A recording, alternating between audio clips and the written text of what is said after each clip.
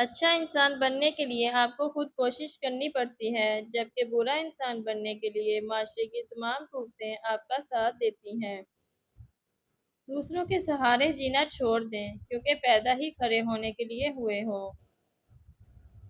جب کسی کی کمی محسوس ہونے لگے تو سمجھ جاؤ زندگی میں اس کی موجودگی بہت گہری ہونے لگی ہے۔ گناہ کے چھوٹے ہونے کی طرف نہ دیکھو، بلکہ یہ دیکھو کہ تم نافرمانی کس کی کر رہے ہو۔ ضمیر غلط کام کرنے کی ملامت کرتا رہے تو سمجھیں کہ آپ کے اندر کا انسان ابھی زندہ ہے۔ اگر کچھ سیکھنا ہے تو آنکھیں پڑھنا سیکھو، لفظوں کے مطلب تو ہزار نکلتے ہیں۔ آپ کبھی بھی لوگوں کی سوچ کو اپنے بارے میں تبدیل نہیں کر سکتے، اس لیے لوگوں کی پرواہ کیے بغیر اپنی زندگی اس طریقے سے گزاریں جو آپ کو خوشی دے۔ آنکھوں سے گرے ہوئے آنسو اور نظروں سے گرے ہوئے لوگ کبھی اٹھا نہیں کرتے۔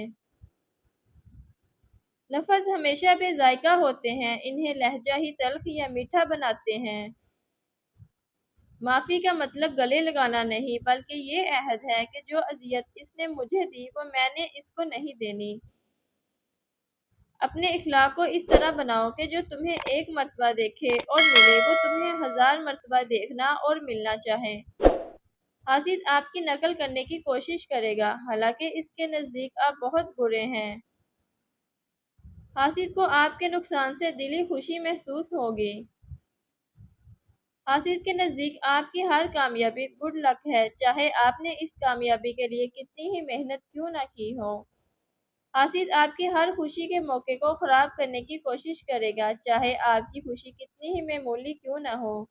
حاسد کو آپ کے ہر اچھے کام میں برائی نظر آئے گی۔ حاسد ہر وقت آپ سے مقابلے کی دور میں ہوتا ہے اور آپ سے زیادہ اچھا رکھنے اور آپ کو کم تر دکھانے کی کوشش کرے گا۔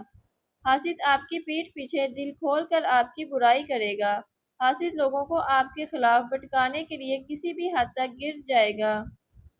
3 قسم کے لوگوں پر یقین نہ کرو، وہ جنہیں ہر چیز اچھی لگتی ہے، وہ جنہیں کوئی چیز اچھی نہیں لگتی، اور وہ جو ہر چیز سے لا تعلقی کا اظہار کرتے ہیں۔